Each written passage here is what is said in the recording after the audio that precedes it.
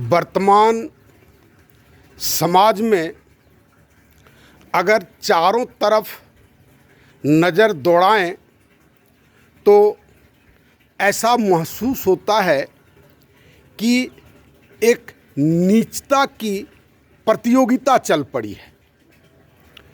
एक से एक नीचता के उदाहरण रोज़ मिलते हैं, रोज़ दिखाई पड़ता है।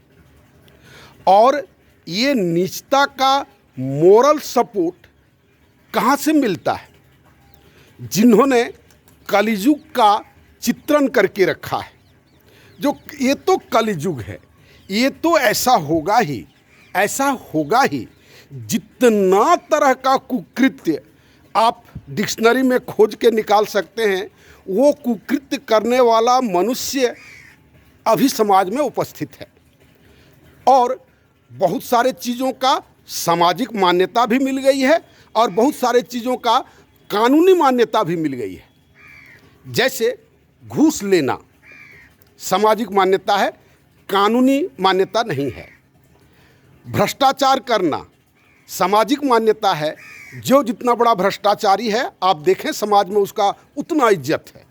जो भ्रष्टाचार नहीं है उसके बीवी बच्चे उसको कोसते हैं कि पापा आप देखते नहीं हैं फलाना जी का कार इतना दाम का है, आप भी तो उसी पोस्ट पर काम करते हैं।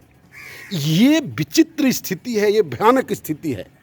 और ये जो काल गणना है, ये जो कलियुग का जो टाइम पीरियड जो लोग बना करके रखा है, सारा मनुष्य निराश है, बहुत सारा मनुष्य निराश है।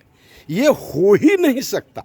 मैं लोगों के पास घूमता हूँ तो एकदम बहुत आदमी ऐसे मिलते हैं जो पूर्ण दृढ़ता के साथ कहते हैं कि ये हो ही नहीं सकता है, ये यूटोपिया है, ये काल्पनिक है, ये काम है।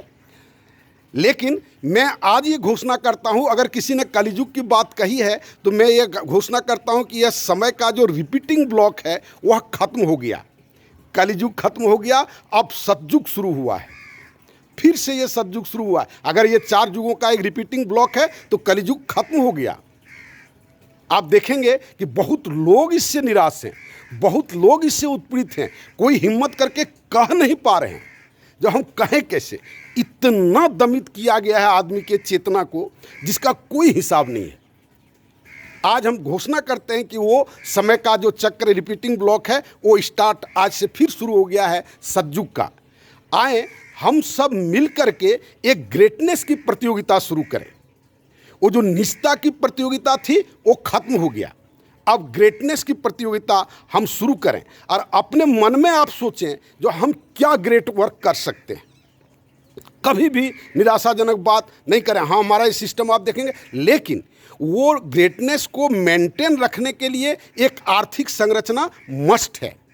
और वो आर्थिक संरचना हमने सोचा है।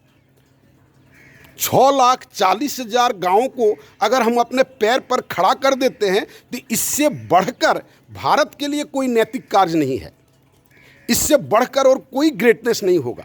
और यह बहुत सारी समस्याओं का समाधान है।